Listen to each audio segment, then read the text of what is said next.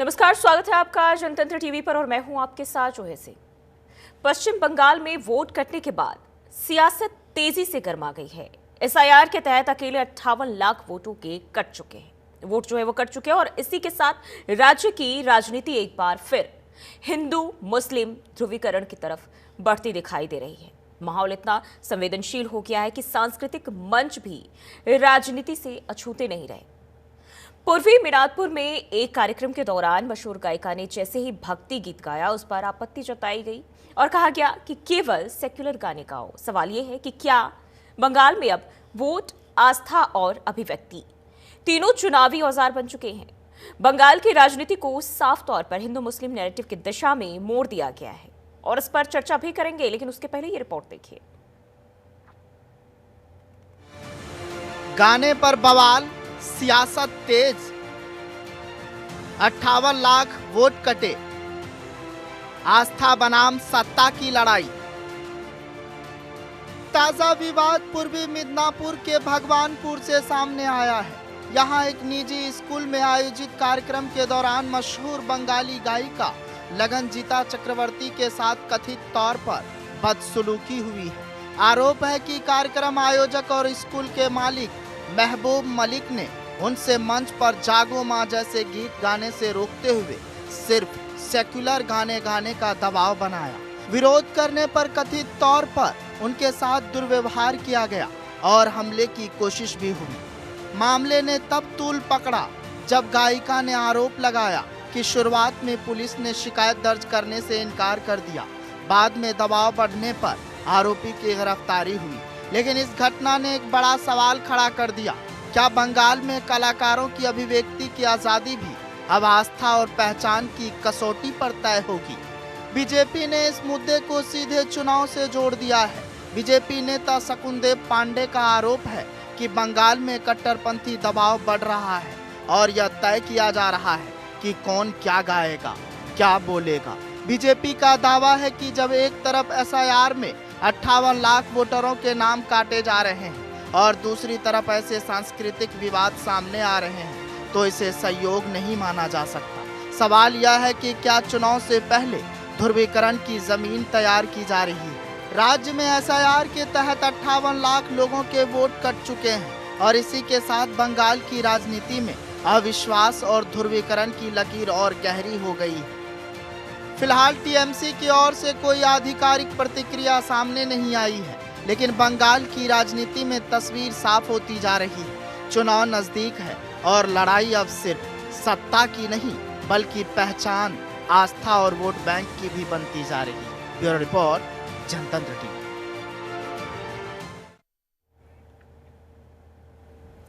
तो अब गाने पर बवाल मच चुका है और इसको लेकर हम चर्चा भी करेंगे और इसके लिए हमारे साथ हमारे खास मेहमान माधवी अग्रवाल, प्रवक्ता भाजपा से जुड़ चुकी हैं। सबसे पहले मैं बहुत बहुत स्वागत करूंगी आपका। और देखिए, इस वक्त गाने को लेकर बवाल जरूर देखा जा रहा है, लेकिन दूसरी तरफ अगर हम देखें तो बीजेपी एसआईआर के तहत 58 लाख वोटर के नाम कटने का दावा कर रही है। ये क्या संदेश देने की कोशिश की जा रही है? देखिए, बात ऐसी है कि एसआईआर की प्रक्रिया में केवल ऐसा नहीं, बीजेपी इसमें शामिल नहीं है। ये चुनाव आयोग की तरफ से हो रहा है और चुनाव आयोग स्वतंत्र रूप से काम कर रही है, जिसमें पश्चिम बंगाल का चुनाव आयोग है वो भी उसमें सम्मिलित है। और साथ ही साथ टीएमसी के जो कार्यकर्ता और जो एमएलए और पार्षद हैं वो अपने अपने जो उनकी कॉन्स्टिट्यूएंसी है और उनके जो क्षेत्र हैं उन सभी जगहों पर उनके कार्यकर्ता जो हैं वो काम कर रहे हैं एसआईआर पर। तो ये कहना कि बीजेपी इसमें कुछ भी हस्तक्षेप कर रही है या बीजेपी की वजह से कोई नाम कट रहा है, तो ये बिल्कुल गलत है। बिकॉज ये बीजेपी का काम नहीं है, ये चुनाव आयोग का काम है। और बार बार इस पे जो एलिगेशंस लगाए जा रहे हैं टीएमसी की तरफ से और जिसको राजनीतिक एक रूप रंग देने की कोशिश की जा रही है, बिल्कुल गलत है। क्योंकि बात ऐसी है, पूरे देश भर में ये प्रक्रिया चल रही है लेकिन कहीं पर भी इस तरीके की बातें नहीं हो रही है। केवल पश्चिम बंगाल में बार बार प्रश्न उठाया जा रहा है। तो ये कहना कि बीजेपी ने नाम कटाने में या बीजेपी से ये क्वेश्चन करना मेरे ख्याल से अपने आप में एक अलग एक अजीब सा मैटर बन जाता है। बिकॉज इसको राजनीतिक रूप देने की जगह, चलिए अब जब सिंगर से बदसलूकी की गई अब उस पर भी आते हैं। सिंगर से बदसलूकी की गई उस पर भी आते हैं। और अब अगर हम बात करें जो भी इस वक्त वाकया हुआ है एक महिला सिंगर के साथ, अब ऐसे में बंगाल में अगर हम बात करें तो क्या कलाकारों की अभिव्यक्ति पर खतरा है? बिल्कुल, जो हम सामने देख रहे हैं वो यही बता रहा है कि पश्चिम बंगाल में अब ये सोच समझ के आपको जो कलाकार हैं उन्हें लिखना, गाना और अपने जो कंटेंट है वो सारे तैयार उनके मतलब राज्य के हिसाब से करना पड़ेगा, क्योंकि ममता बनर्जी तो मंच से खड़ी होकर बोल चुकी है कि यहाँ पर 34% जो ह्यूमैनिटी जो है उनकी संख्या हो चुकी है, जबकि ये उनका आकलन है। और अगर आप गणना जनगणना होगी तो पता चलेगा कि ये 40 42 45 से भी ज्यादा हो गए। अब ऐसी स्थिति में ये बता रहा है कि पश्चिम बंगाल में माँ दुर्गा के ऊपर गाना गाना, क्या इस पे रोक लगनी चाहिए? वो पश्चिम बंगाल जो दुर्गा पूजा के लिए जाना जाता है पूरे विश्व भर में, अगर वहां पर अगर अगर सिंगर अगर माँ दुर्गा के ऊपर गाना गा रही है और उस पर अगर इसको रोकथाम करने की कोशिश की जा रही है और ये कहा जा रहा है कि सेकुलर के हिसाब से आप गाना गाइए, सेकुलर की परिभाषा क्या होती है इनकी नजर में? इनकी नजर में सेकुलर की परिभाषा पूछनी चाहिए कि आप बताइए सेकुलरिज्म है क्या। और सिंगिंग के लिए अगर ये बात कर रहे हैं तो क्या जब इनके जो लोग हैं रास्तों पे उतर उतर कर अगर वो अपनी नमाज पढ़ते हैं तो उनको भी ये कहानी सुनाई जाती है कि सेकुलरिज्म को आप मानिए कि आपको रास्ते नहीं ब्लॉक करने चाहिए? या फिर जिस तरीके से यहाँ पर बाबरी मस्जिद बनाने के लिए जो पूरा एकदम इनका जनतंत्र लग गया इनके साथ में, और मतलब इनका जो प्रशासन है वो साथ में लग गया, और ये भी बीजेपी के ऊपर इन लोगों ने एलिगेशन लगाया, तो क्या उस समय सेकुलरिज्म की इन लोगों ने परिभाषा उनके उनके अपने विधायक को सिखाई थी, समझाई थी? क्या सेकुलरिज्म की परिभाषा ममता बनर्जी ने तब पूछी थी? जो इनके जो फिराद हकीम जो है उन्होंने पश्चिम कलकत्ता के एक क्षेत्र को मिनी पाकिस्तान कह दिया था, तब इन्होंने सेकुलरिज्म की परिभाषा नहीं पूछी थी उनसे। मतलब ये जो कर रहे हैं तो वो तो हो गया कि मतलब वो अच्छा काम कर रहे हैं, लोगों के बारे में सोच रहे हैं, लेकिन अगर कोई अपनी अभिव्यक्ति करता है, कलाकार कोई गीत गाता है, उसमें उनको सेकुलरिज्म सिखाया जा रहा है, तो ये पश्चिम बंगाल की स्थिति को बता रहा है। क्योंकि हमारे पश्चिम बंगाल से सटा हुआ एक आतंक के मुंह में जाता हुआ एक देश सामने हमें दिख रहा है, जिसकी जो भयावह स्थिति है वो पूरे विश्व में आज इस पे चर्चा हो रही है कि किस तरीके से वहां पे कट्टरपंथी लोग जिस तरीके से लोगों के साथ में अत्याचार कर रहे हैं, हिंदू धर्म के लोगों के साथ ऊपर अत्याचार किया जा रहा है, उससे सटे हुए जहां 93% बॉर्डर जो है वो बंगाल से छुआ हुआ है हमारे देश में, जिस देश का, वहां पर सेकुलरिज्म और यहाँ के सेकुलरिज्म में जो है ये क्या अंतर है, इसको भी समझना जरूरी है। जब इस पर चर्चा होती है तो ममता बनर्जी ये कहना चाहती हैं कि पश्चिम बंगाल ज्यादा सेकुलर है। अब सेकुलर की परिभाषा हमें पूछनी पड़ेगी कि आप बताइए कि माइनॉरिटी को तृप्त करना, आपकी अपनी की राजनीति की परिभाषा को संचालित करके आगे लेके जाना वही सेकुलरिज्म है, या हर व्यक्ति की अभिव्यक्ति की आजादी होनी चाहिए, हर व्यक्ति को अपने धर्म का पालन करने की अनुमति होनी चाहिए? आप अगर खड़े होकर मंच पर कहने लग जाए कि रामनवमी का दिन है वो दंगा करने वाला दिन है, बीजेपी जो धर्म की प्रैक्टिसिंग करती है वो एक गंदा धर्म है, तो आप सेकुलरिज्म की परिभाषा कहाँ बोल रही है? आपकी परिभाषा भी तो बहुत एक तरफ तृप्त करने वाली, एक खास समुदाय को प्रोत्साहित करने वाली है। तो मुझे समझना, बीजेपी की तरफ से ये भी दावा किया जा रहा है कि जब एक तरफ एसआईआर में 58 लाख वोटरों के नाम काटे जा रहे तो दूसरी तरफ ऐसे सांस्कृतिक विवाद सामने आ रहे और इसे संयोग नहीं माना जा सकता है। तो अब सवाल यहाँ ये भी हो जाता है कि चुनाव से पहले जो ध्रुवीकरण की जमीन है, पिच तैयार की जा रही है जब बंगाल में चुनाव होने हैं। अगर ये सवाल मुझसे तो मैं जवाब दे देती हूँ जी। देखिए, ध्रुवीकरण की राजनीति और इसको आप ये टीएमसी चाहे कोई भी इसमें परिभाषित करने की कोशिश की करे, लेकिन सच्चाई ये है कि यहाँ पे जो भी चीज होती है उसको राजनीति के साथ जोड़ दिया जाता है। और अगर सही बात को सही कहना अगर राजनीति है तो बीजेपी इस पे आवाज उठाएगी। अगर आप किसी सिंगर को माँ दुर्गा के ऊपर गाना गाने से या उनकी अभिव्यक्ति पर या वो अपने किसी आस्था के ऊपर में अगर गाना बना के गा रहे हैं, अगर उस पर रोक लगाएगी तो बीजेपी इस पे आवाज उठाएगी। अब इसे राजनीति का रूप देगी टीएमसी, या स्पेशल एक अलग गणना देकर ये बताना चाहेगी कि ध्रुवीकरण कर रही है बीजेपी, तो ये बिल्कुल गलत होगा। अगर यहाँ पर ऐसे वोटर्स हैं जो बाहर से आके घुसपैठी के तौर पर अपना जो बंगाली मानुस का अधिकार छीन रहे हैं, बंगाली मानुस की जमीन पर अपना अतिक्रमण कर रहे हैं, बीजेपी इस पे आवाज उठाएगी। अगर इसे टीएमसी ध्रुवीकरण कहे तो उनकी इच्छा है। चलिए, हमारे साथ जो है मीता चक्रवर्ती भी प्रवक्ता कांग्रेस पार्टी से जुड़ चुकी है। इस वक्त जो पूरा माहौल है अभी आप मुझे लगता है अच्छी तरह वाकिफ होंगी, रूबरू हो चुकी होंगी, और अब आपसे मेरा ये सवाल कि बंगाल में जो कलाकारों की स्थिति है तय कौन करेगा, आजादी किसे कितनी मिलनी चाहिए? देखिए, पहली बात तो ये है जो यहाँ पर धर्म के नाम पे, टोपी तिलक के नाम पे, मंदिर मस्जिद के नाम पे जो राजनीति हो रहा है और जो पॉलिटिकल एनवायरनमेंट बनाया गया है वो बंगाल में पहले नहीं था।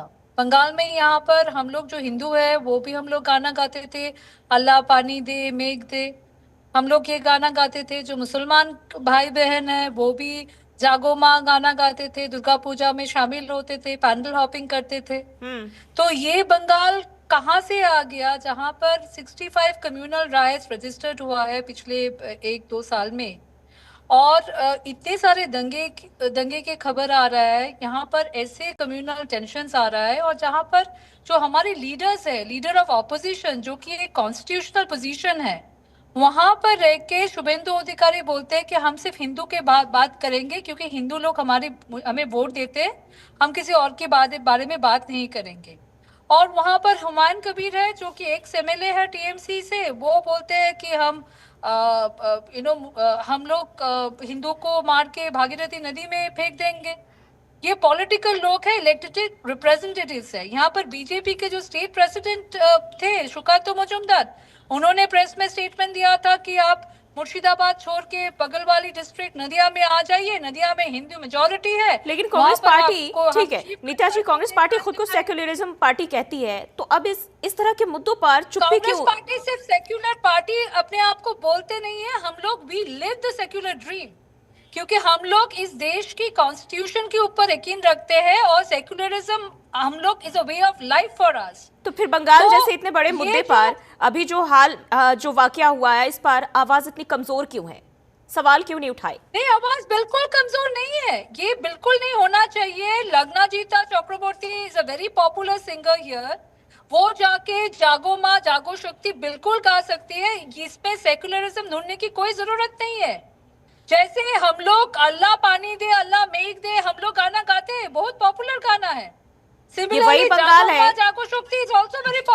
ये वही बंगाल है जहां दशहरे की धूम देश भर में मानी जाती है। ये वही बंगाल है जब यहाँ के सिंदूर खेला को पूरी दुनिया में लोग जानते हैं। ये वही बंगाल है जहां की काली पूजा को हर कोई जानता है, लेकिन जब गाना गाया जाता है तो उस पर दबाव क्यों? बिल्कुल नहीं होना चाहिए, और इसके खिलाफ हम लोग बोल रहे हैं कि गाने में, कल्चर में आप रिलीजन को मत लाइए। पर ये बंगाल कैसे हुआ? क्योंकि इतने सारे पॉलिटिकल लीडर्स जो है इतने इररिस्पॉन्सिबल स्टेटमेंट्स करके आए हैं कि यहाँ पर कंप्लीट एक ध्रुवीकरण का राजनीति हो रहा है, कंप्लीट टोपी तिलक का राजनीति हो रहा है, पोलराइजेशन का राजनीति हो रहा है। जो असली मुद्दे हैं कि पलायन का मुद्दा काम नहीं है, यहाँ पर रोजगार नहीं है, या फिर इंडस्ट्री नहीं आ रहा है, इन्वेस्टमेंट नहीं आ रहा है, वो उस मुद्दे में लोग बात करने के लिए तैयार नहीं है। तो सवाल आपको भी करना चाहिए था ना, टीएमसी से सहयोगी वो आपके थे। सवाल मैडम, सवाल आपको भी करना चाहिए था क्योंकि सहयोगी तो वो आपके थे। नहीं, पहली बात तो मैं बता दूं, हम लोग हमेशा सवाल उठा रहे हैं गवर्नेंस के इश्यूज के ऊपर। टीएमसी के साथ हमारे बंगाल के अंदर कोई अलायंस है नहीं। लास्ट ईयर इलेक्शन में भी कांग्रेस और लेफ्ट टीएमसी के खिलाफ लड़ा था 2024 इलेक्शन इन वेस्ट बंगाल। तो हम लोग नेशनल इंडिया ब्लॉक में है, पर वेस्ट बंगाल के अंदर हमारी कोई सीट एडजस्टमेंट या अलायंस है नहीं। तो फिर इस दोस्ती का क्या वजूद? इस दोस्ती का क्या वजूद जब सामने वाले की बात, आप अपने दोस्त की बात भी नहीं सुन रहे हैं? अपने अपने फायदे के लिए सभी अपनी रोटियां सेक रहे हैं, लेकिन जहां जरूरत है वहां बोला नहीं जा रहा। ये सवाल मेरे लिए है जी। जी, हम लोग तो लगातार बोल रहे हैं कि ये बंगाल तो नया है, क्योंकि ये बंगाल में देखिए अभी सामने क्रिसमस है। वेस्ट बंगाल में और कलकत्ता में जितनी खूबसूरती के साथ जिस लेवल में हम लोग क्रिसमस मनाते हैं और सारे धर्म सारे कम्युनिटी के लोग मनाते हैं, ऐसे शायद किसी और शहर में नहीं मनाया जाता है इंडिया में। तो हमारे बंगाल का जो खूबसूरती था वो था कि हम लोग सब मिलके रहते हैं और हम लोग सब मिलके सारे फेस्टिवल्स को मनाते हैं। पर ये बंगाल तो नया है जहां पर बीजेपी की लीडरशिप के तांडव के बारे में बात करते हैं और टीएमसी से हुमायूं कबीर हिंदुओं को मारने के लिए बात करते हैं। सिर्फ अपने वोट की राजनीति के लिए ये लोग ये ध्रुवीकरण कर रहे हैं। चलिए माधवी अग्रवाल, तो ये ध्रुवीकरण भी खत्म हो जाएगा।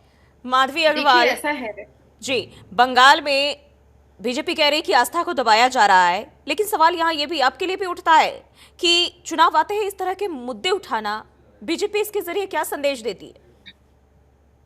देखिए, ऐसा है कि आप कांग्रेस का व्यू ले रहे हैं, तो मैं आपको बता दूं कि 48 सालों से पश्चिम बंगाल में कांग्रेस की सरकार आई नहीं है। दूसरी बात, कांग्रेस की जो प्रवक्ता है उन्होंने ये भी कहा कि हमारा जो है राज्य स्तर पे अलायंस नहीं है, केंद्रीय स्तर पे है। तो पहली बात, टीएमसी पार्टी जो है वो केंद्रीय पार्टी होने, मतलब राष्ट्रीय पार्टी होने का अपना दर्जा खो चुकी है। तो कहाँ पे इनका अलायंस है? तीसरी बात मैं आपको एक और बता देती हूँ कि यहाँ पे ये जो सेकुलरिज्म की फिर से परिभाषा बता रहे हैं कि हम सबके साथ हैं, अल्लाह वाला गाना भी चलना चाहिए, दुर्गा वाला गाना चलना चाहिए, अच्छी बात है। लेकिन एक बात बताइए कि जब इनसे सेकुलरिज्म की बात होती है तो फिर जब हिंदुओं के घर चले जाते हैं मुर्शिदाबाद में, तब तो ये लोग नहीं आते हैं। अगर इनका राज्य स्तर पे अलायंस नहीं है, एक सेकंड, मैंने बीच में नहीं बोला था, अगर इनका राज्य स्तर पे अलायंस नहीं है तो यहाँ पर जब महिलाओं लड़कियों के साथ में बलात्कार की घटना होती है तो राहुल गांधी, प्रियंका गांधी पश्चिम बंगाल में आकर क्यों नहीं प्रदर्शन करते हैं? मुझे बताइए। वो कहीं भी पहुंच जाते हैं लेकिन पश्चिम बंगाल में नहीं आते। तो अलायंस नहीं तो क्या है? जब 48 सालों से आपको यहाँ की जनता ने स्वीकार किया ही नहीं है, आपका अस्तित्व ही खत्म हो चुका है, आपकी सीटें नहीं है, आपका किसी तरीके का यहाँ पे कोई संगठन नहीं दिखाई देता, तो आपका व्यू क्या मायने रखता है?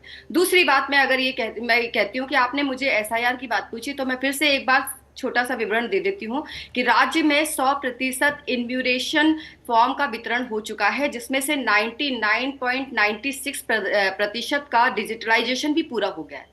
कुल 58,08,232 ऐसे मतदाता हैं जिन्होंने अभी तक फॉर्म जमा नहीं किए।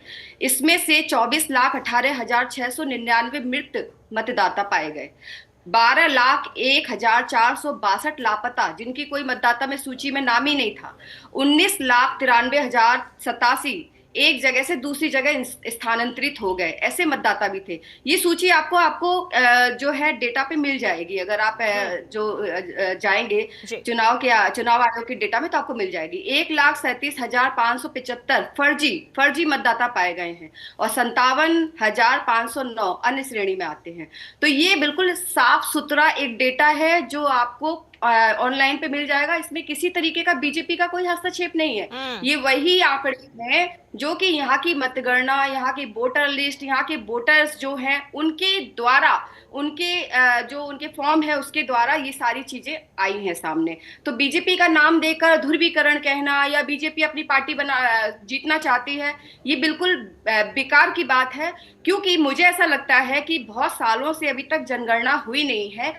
ऐसी स्थिति में देखिए, एसआईआर की प्रक्रिया कोई नई नहीं है, पहले भी बीच बीच में होती रही है, लेकिन पश्चिम बंगाल में तो ज्यादा उत्तेजित तरीके से, ज्यादा उग्र तरीके से इन सब चीजों को, जिनका शुद्धिकरण होना चाहिए, जो करेक्शनशिप होनी चाहिए, जरूरी है।